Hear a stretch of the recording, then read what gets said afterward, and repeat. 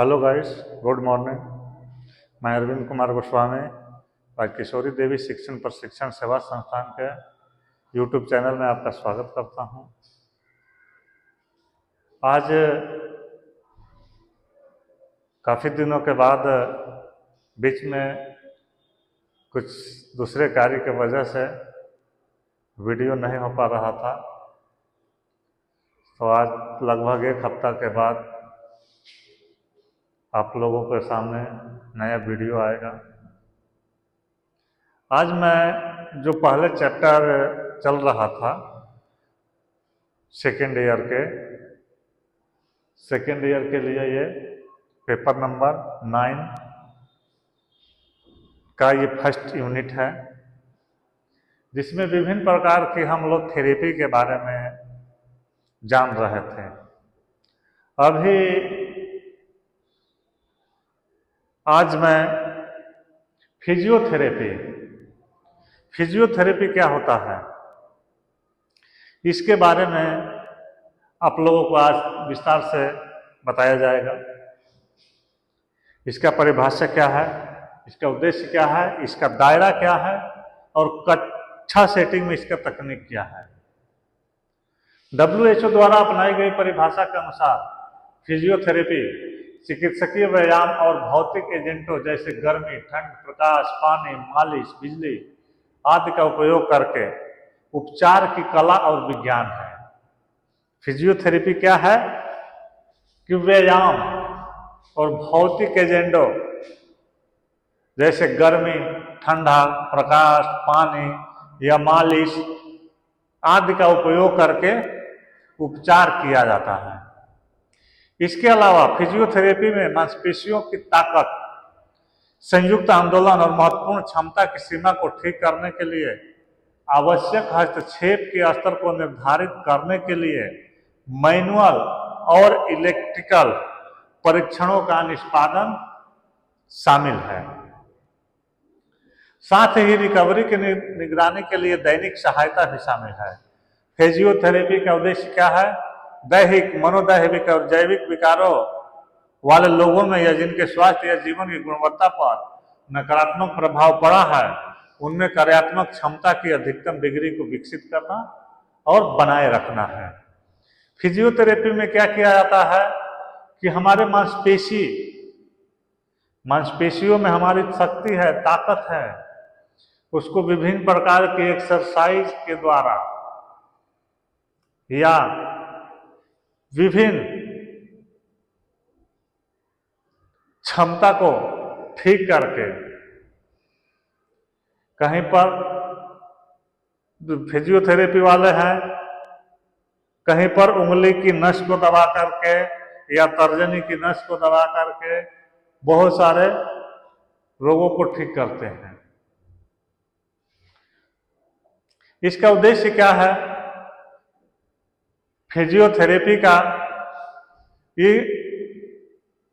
वह देखभाल है जिसका उद्देश्य दर्द को कम करना है और आपको बेहतर तरीके से काम करने, चलने फिरने और जीने में मदद करना है। विशेष रूप से फिजिकल थेरेपी अपने रोगियों के लिए उन उद्देश्यों को प्राप्त करने का प्रयास करती है। क्या क्या उद्देश्य है?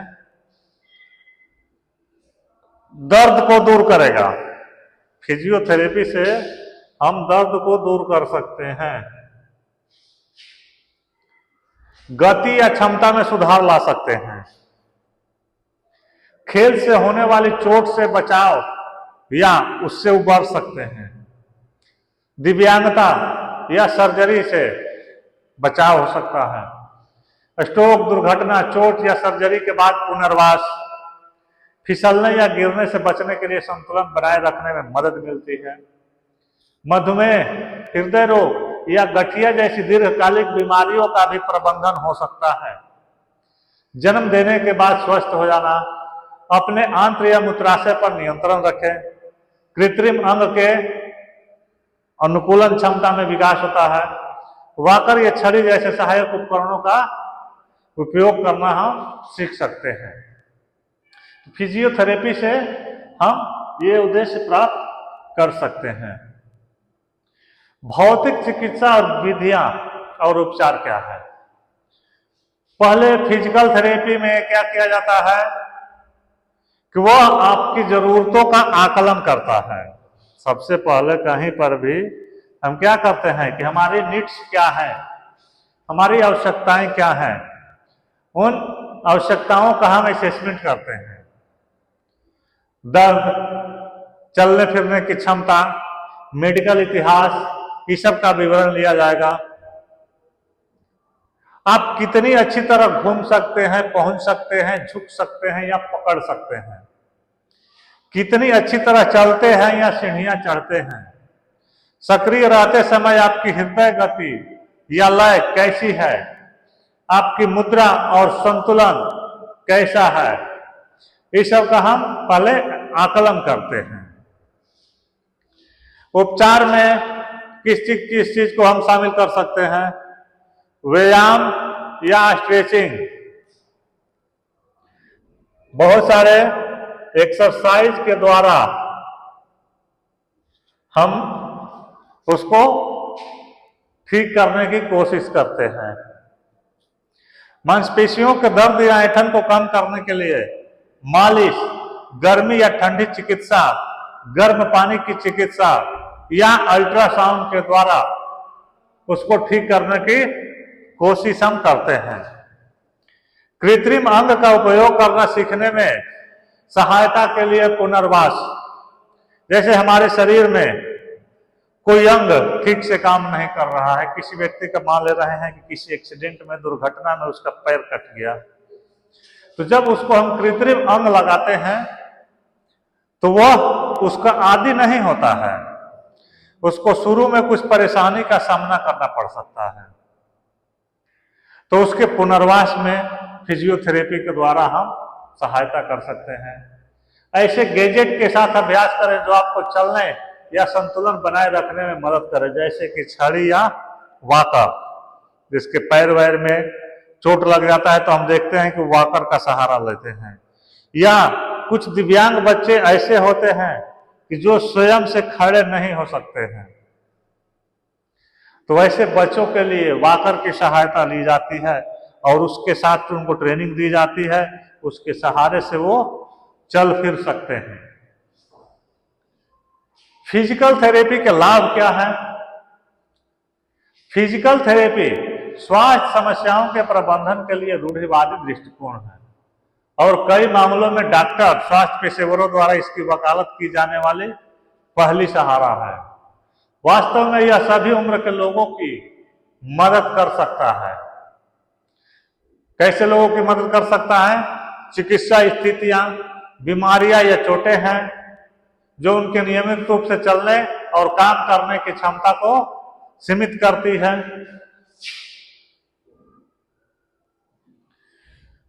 भौतिक चिकित्सा किन स्थितियों में लाभकारी हो सकती है? दर्द को कम करना या खत्म करना, सर्जरी से बचने में, गतिशीलता में सुधार, स्ट्रोक से उबरने में, खेल से जुड़ी हुई कोई चोट लग रहा है तो उससे उबर सकते हैं, अपना संतुलन सुधार सकते हैं, आयु संबंधी समस्याओं में सुधार, हृदय और फेफड़ों की बीमारियों का प्रबंधन करेंगे, महिलाओं के स्वास्थ्य और अन्य स्थितियों की निगरानी और प्रबंधन में सहायता प्राप्त कर सकते हैं। फिजियोथेरेपी में प्रयुक्त पद्धतियां कौन सी हैं? फिजियोथेरेपी में किस किस युक्ति को हम लगाते हैं? फिजियोथेरेपी क्या है? एक तरह से हमें अनुशासित करती है, हमारे किसी अंग को अनुशासित करके और उसका रिजल्ट वो आउटपुट जो है बेहतर देती है। ऐसे हाथ पैर समन्वय, आदमी जब चल रहा है, मान ले रहे हैं कोई सेरेब्रल पल्सी से है ग्रसित बच्चा, हाथ पैर का उसका समन्वय ठीक नहीं है, तो इस विधि द्वारा काफी हद तक हम उसको, उसके कंडीशंस को सुधार सकते हैं। किसी व्यक्ति की कार्य क्षमता को विकसित करने, बनाए रखने या बहाल करने के लिए काम करता है। जहां किसी व्यक्ति के स्वास्थ्य और दिव्यांगता की स्थिति, चोट या अन्य आघात के कारण उसके सामान्य शारीरिक कार्य में बाधा उत्पन्न होती है, वहां फिजियोथेरेपिस्ट असुविधा को कम करने या व्यक्ति की चलने फिरने और दैनिक जीवन की गतिविधियों को करने की क्षमता बढ़ाने के लिए चिकित्सकीय उपचार लागू करते हैं। फिजियोथेरेपी में क्या होता है? स्वास्थ्य सहायक एक ऐसा व्यक्ति होता है जो फिजियोथेरेपिस्ट को सुरक्षित, प्रभावी और कुशल तरीके से फिजियोथेरेपी सेवाएं प्रदान करता है। फिजियोथेरेपी करने वाला जो भी व्यक्ति होता है उसको वेल ट्रेंड होना चाहिए, क्योंकि सभी लोग फिजियोथेरेपी के बारे में नहीं जानते हैं। कब कौन सी विधि अपनानी है, किस बाधा में हमें क्या उपचार देना है, तो एक फिजियोथेरेपिस्ट ही उसके बारे में बता सकता है। चिकित्सकीय उपचार में कौन सी पद्धति शामिल किया जा सकता है?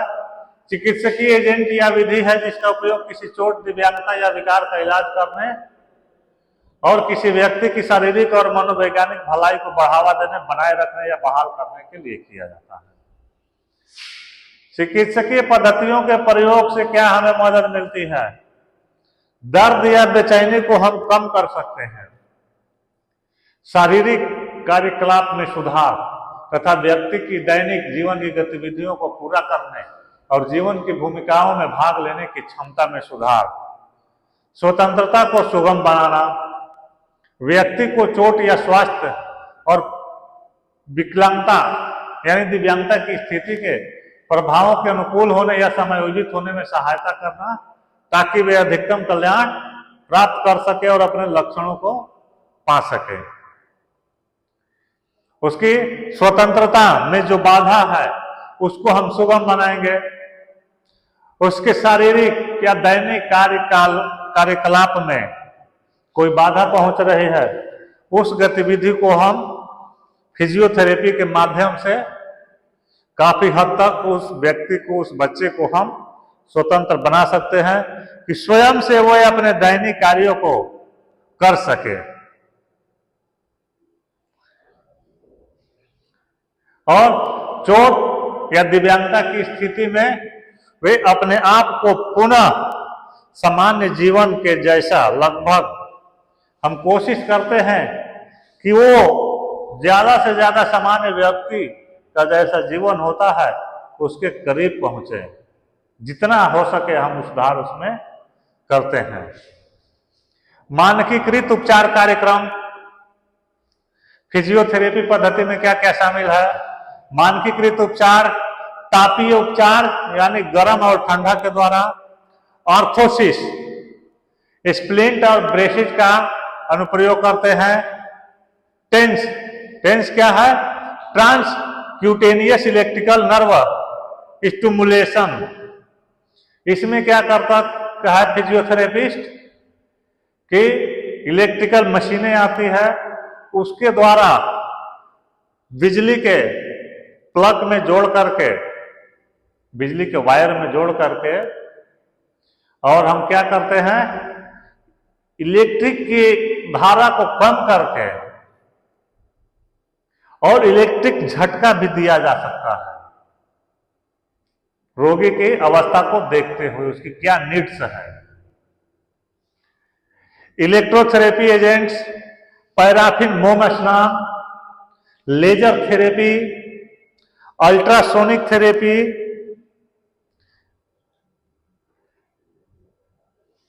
इस सब के द्वारा हम क्या कर सकते हैं, उसकी समस्या को दूर कर सकते हैं। एजेंट वह विशेष उपकरण या गतिविधि है जिसका उपयोग उस व्यक्ति के साथ किया जाता है जिसकी आप सहायता कर रहे हैं। स्वास्थ्य सेवा प्रदाता के रूप में फिजियोथेरेपिस्ट मानसिक स्वास्थ्य सहित स्वास्थ्य की रोकथाम और संबंधन में भी शामिल होते हैं।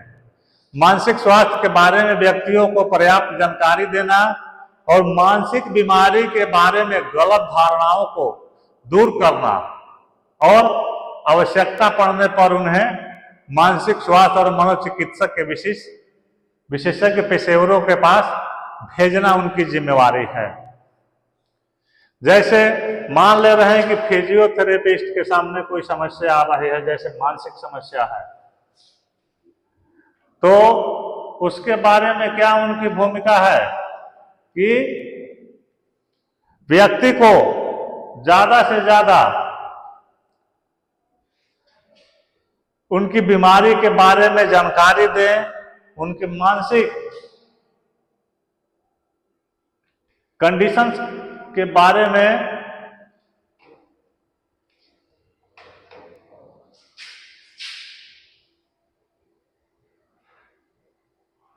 मानसिक कंडीशंस हैं उनके बारे में उसको जानकारी दें।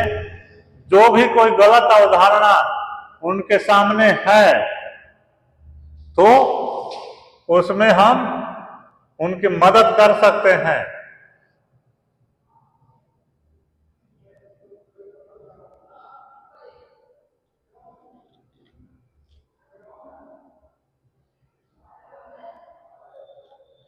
यहां पर एक चार्ट में physiotherapy in mental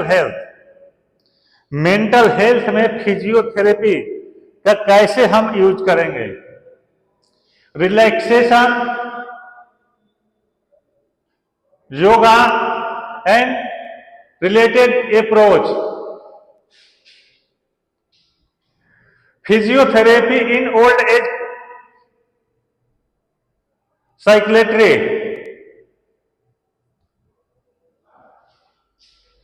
Norwegian psychomotor physiotherapy, psychomotor physiotherapy for children, psychosomatic physiotherapy approach, exercise and physical activity in mental health, psychomotor physiotherapy for severe mental health disorders, basic body awareness methodology. इस प्रकार के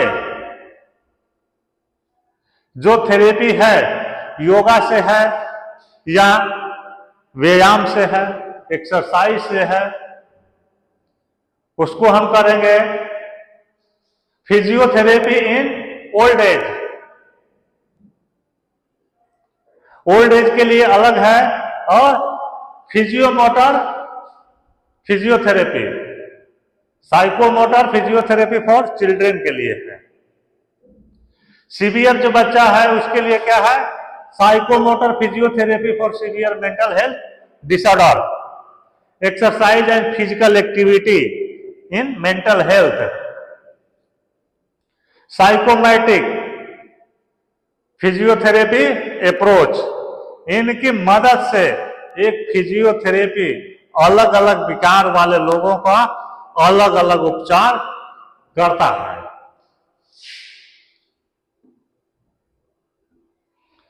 शारीरिक स्वास्थ्य से संबंधित दृष्टिकोण का उद्देश्य क्या है? मानसिक स्वास्थ्य समस्याओं वाले व्यक्ति के वैश्विक शारीरिक स्वास्थ्य में सुधार करना है। अध्ययनों से पता चलता है कि मानसिक स्वास्थ्य समस्या वाले लोग निष्क्रियता के प्रति अधिक संवेदनशील होते हैं और उन्हें गतिहीन जीवन शैली का खतरा होता है। इसके अलावा साइकोट्रोपिक दवाओं के उपयोग से मेटाबॉलिक सिंड्रोम, मोटापा, ऑस्टियोपोरोसिस और हृदय रोग विकसित हो सकते हैं। शारीरिक स्वास्थ्य से संबंधित दृष्टिकोण व्यक्तियों की शारीरिक निष्क्रियता और खराब स्वास्थ्य और उनके जीवन की गुणवत्ता के लिए एक गंभीर खतरे के बीच संबंध के बारे में WHO की हाल की सिफारिश क्या है?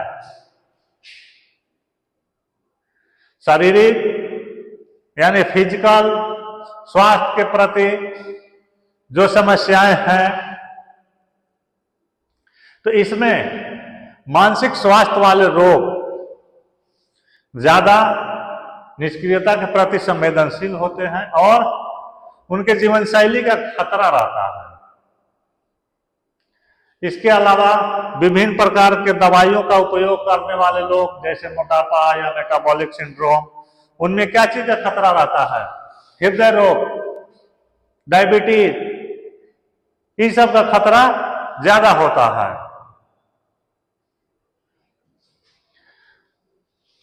मनोसामाजिक संबंधी और मनोशारीरिक दृष्टिकोण। मनोसामाजिक संबंधी दृष्टिकोण चलती हुई देह से संबंधित है, क्योंकि मानसिक और शारीरिक कौशल के अधिग्रहण पर जोर देता है और समाज में स्वतंत्र रूप से कार्य करने और जीवन की गुणवत्ता में सुधार करने की लोगों की क्षमता का समर्थन करता है। गतिविधियों का उद्देश्य क्या है? साइकोमोटर, सेंसोमोटर, अवधारणात्मक, संज्ञानात्मक, सामाजिक और भावनात्मक दक्षताओं को सीखना, प्राप्त करना और प्रशिक्षित करना है। अन्य प्राथमिक दक्षताओं पर जोर दिया जाता है, जैसे कि विश्राम शिक्षा, विश्राम कौशल, तनाव प्रबंधन, स्वास्थ्य तकनीक, साइकोमोटर और संवेदी कौशल, और साथ में संज्ञानात्मक, अभिव्यक्ति और सामाजिक कौशल। इन सब कौशलों में प्रशिक्षित करना हमारा कर्तव्य होता है। व्यायाम के माध्यम से क्या हम करते हैं?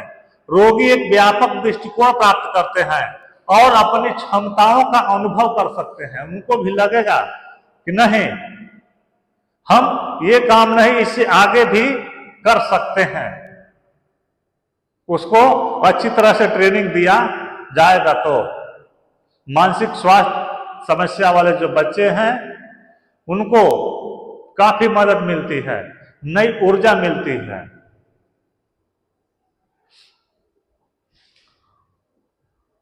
इसके अलावा संचार के बुनियादी नियमों की शिक्षा को एकीकृत किया जाता है। साइकोफिजियोलॉजिकल दृष्टिकोण में मानसिक स्वास्थ्य समस्याओं जैसे कि अवसाद और चिंता विकारों के उपचार में शारीरिक गतिविधि का उपयोग शामिल है। मानसिक स्वास्थ्य के लिए शारीरिक गतिविधि के लाभों को अच्छी तरह से स्वीकार किया जाता है। शारीरिक गतिविधि का मानसिक कल्याण, आत्मसम्मान, मनोदशा और कार्यकारी कामकाज पर सकारात्मक प्रभाव पड़ता है।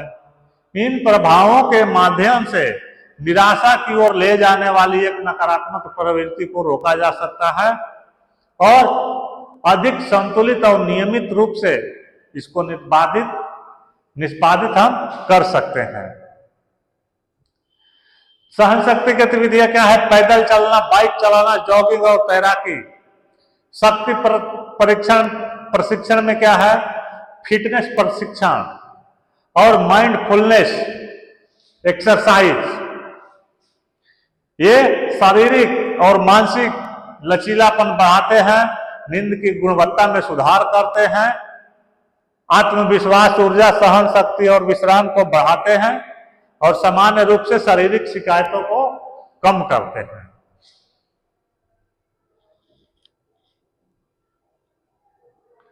मनोचिकित्सा उन्मुख फिजियोथेरेपी दृष्टिकोण क्या है?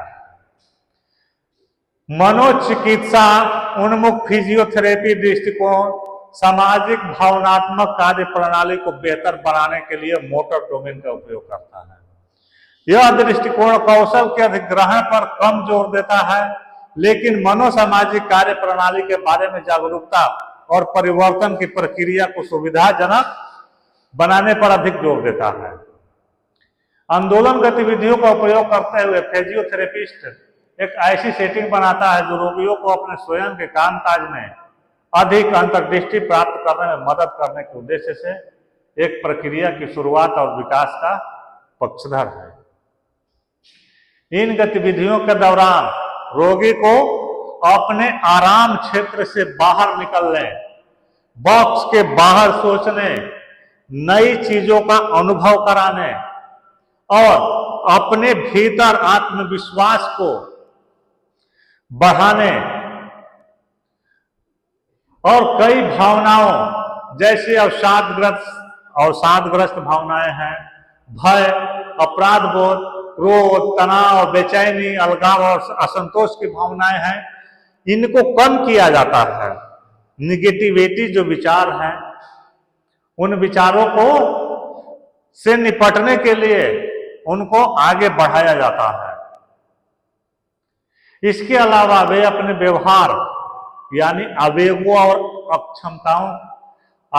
क्षमताओं की कमी या संज्ञानात्मक लक्षण जैसे एकाग्रता में कमी का सामना करते हैं, तो इसके लिए साइकोमोटर थेरेपी के माध्यम से और अनुभवों पर एक वैकल्पिक दृष्टिकोण प्रस्तावित किया जाता है, जिससे उनकी जीवन शैली में काफी सुधार होता है और जो निगेटिविटी विचार उनके पास हैं, अवसाद की भावना, डर, असंतोष, बेचैनी, तो इसको कम करने में हमें मदद मिलती है।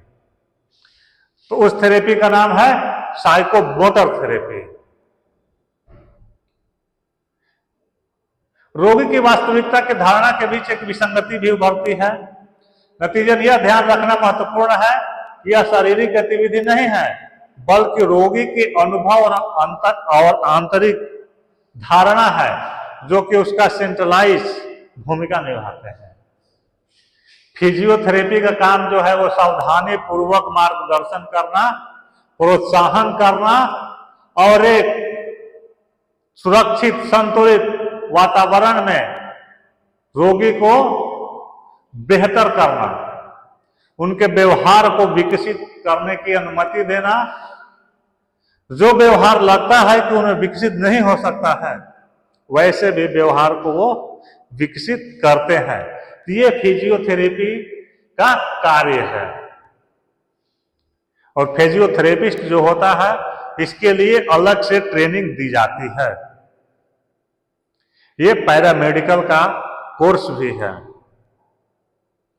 आज के समय में चिकित्सा के साथ साथ फिजियोथेरेपिस्ट का बहुत ही महत्वपूर्ण इनका योगदान रहा है पिछले कुछ सालों से, और आने वाले समय में भी यह एक रोजगारोन्मुख और बहुत ही अच्छी कार्य प्रणाली है, जिनका नाम है फिजियोथेरेपी।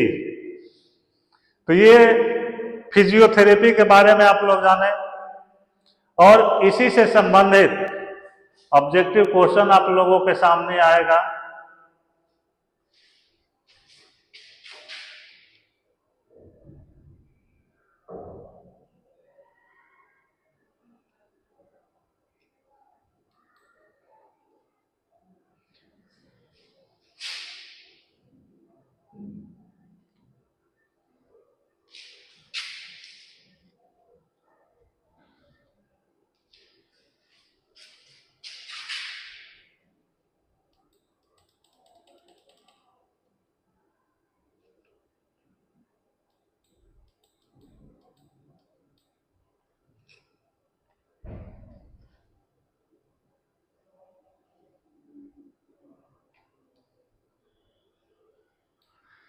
फिजियोथेरेपी चैप्टर के बारे में अभी आप लोग पढ़ाई किए, और इसी से संबंधित ऑब्जेक्टिव क्वेश्चन आप लोगों के सामने है।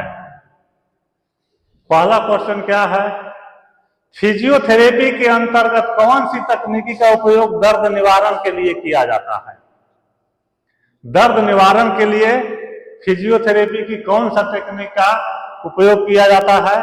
आपके पास 4 ऑप्शन है: थर्मोथेरेपी, क्रायोथेरेपी, अल्ट्रासाउंड थेरेपी और इलेक्ट्रिकल स्टिमुलेशन। तो इसका सही आंसर है दर्द निवारण के लिए इलेक्ट्रिकल स्टिमुलेशन, डी इसका सही आंसर है। अगला क्वेश्चन है प्रोप्रियोसेप्टिव न्यूरोमस्कुलर फैसिलिटेशन, पीएनएफ का उद्देश्य क्या है? शरीर के तंतु उत्तेजना में सुधार, हड्डियों की मजबूती बढ़ाना, मांसपेशियों की लचीलापन और ताकत बढ़ाना, अंतर्दृष्टि में सुधार। इसका सही आंसर होगा सी, मांसपेशियों का लचीलापन और ताकत बढ़ाना। तीसरा नंबर क्वेश्चन है फिजियोथेरेपी में प्लायोमेट्रिक्स का मुख्य उपयोग क्या है? चलने की गति सुधारना, तंत्रिका तंतु उत्तेजना में सुधार, मांसपेशियों की ताकत और शक्ति बढ़ाना, कार्डियोवास्कुलर फिटनेस में सुधार। प्लायोमेट्रिक्स का मुख्य उपयोग होता है मांसपेशियों की ताकत और शक्ति बढ़ाना।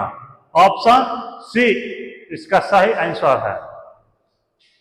किस तकनीक का उपयोग रेंज ऑफ मोशन यानी रोम में सुधार के लिए किया जाता है? Heat therapy, ice pack, manual therapy या यूवी लाइट थेरेपी? तो रेंज ऑफ मोशन में ऑप्शन सी मैनुअल थेरेपी किया जाता है। अगला क्वेश्चन है ट्रांसक्यूटेनियस इलेक्ट्रिकल नर्व स्टिमुलेशन। अभी आप लोगों को बताया गया, इसका क्या उपयोग है? सर्जरी के बाद दर्द को कम करना, मांसपेशियों की ताकत बढ़ाना, हड्डियों की मरम्मत करना या शरीर के तापमान को नियंत्रित करना। तो इसका सही आंसर होगा सर्जरी के बाद दर्द को कम करना।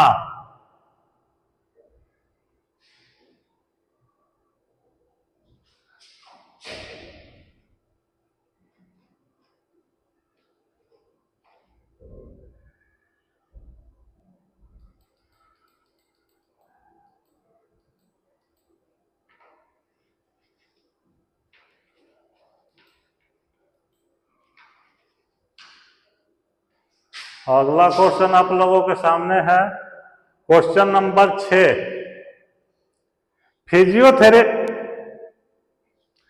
फिजियोथेरेपी में डायनामिक बैलेंस ट्रेनिंग किसके लिए उपयोगी है? मानसिक तनाव को कम करने के लिए, मांसपेशियों के लचीलापन को बढ़ाने के लिए, संतुलन और स्थिरता को सुधारने के लिए, हड्डियों के घनत्व को बढ़ाने के लिए। तो इसका सही आंसर होगा option C dynamic balance training. Question में ही आंसर भी छिपा हो सकता है। डायनामिक बैलेंस ट्रेनिंग जो है वो संतुलन और स्थिरता को सुधारने के लिए किया जाता है। मसाज थेरेपी का क्या लाभ है? केवल मांसपेशियों की ताकत बढ़ाना, ब्लड सर्कुलेशन में सुधार, वजन घटाना या हड्डियों की मजबूती बढ़ाना। तो इसका सही आंसर होगा ऑप्शन बी ब्लड सर्कुलेशन में सुधार। 8वां नंबर है स्ट्रेचिंग का मुख्य उद्देश्य क्या है? मांसपेशियों की ताकत को बढ़ाना, मांसपेशियों की लचीलापन और गति को सुधारना, हड्डियों के घनत्व को बढ़ाना और कार्डियोवास्कुलर फिटनेस को सुधारना। तो स्ट्रेचिंग का मुख्य उद्देश्य होगा ऑप्शन बी मांसपेशियों की लचीलापन और गति को सुधारना। फिजियोथेरेपी में हॉट पैक का उपयोग किस स्थिति में किया जाता है? सूजन को कम करने के लिए, मांसपेशियों की दर्द और तनाव को दूर करने के लिए, हड्डियों की मरम्मत करने के लिए या रक्तदाब को नियंत्रित करने के लिए। तो इसका सही आंसर होगा ऑप्शन बी मांसपेशियों के दर्द और तनाव को दूर करने के लिए। अगला क्वेश्चन है स्पाइनल स्टेबलाइजेशन का उद्देश्य क्या है? हड्डियों की ताकत को बढ़ाना, मांसपेशियों की ताकत को सुधारना, रीढ़ की हड्डी को स्थिर और मजबूत बनाना और मानसिक संतुलन को सुधारना। तो स्पाइनल स्टेबलाइजेशन का उद्देश्य है रीढ़ की हड्डी को स्थिर और मजबूत बनाना। तो इस चैप्टर से रिलेटेड ये ऑब्जेक्टिव क्वेश्चन आप लोगों के सामने थे, जो विभिन्न प्रतियोगी परीक्षाओं के लिए बहुत ही उपयोगी हैं। तो आज के चैप्टर में बस इतना। इसके आगे कल हमको लग रहा है कि चैप्टर आने वाले दिनों में खत्म हो जाएगा। धन्यवाद।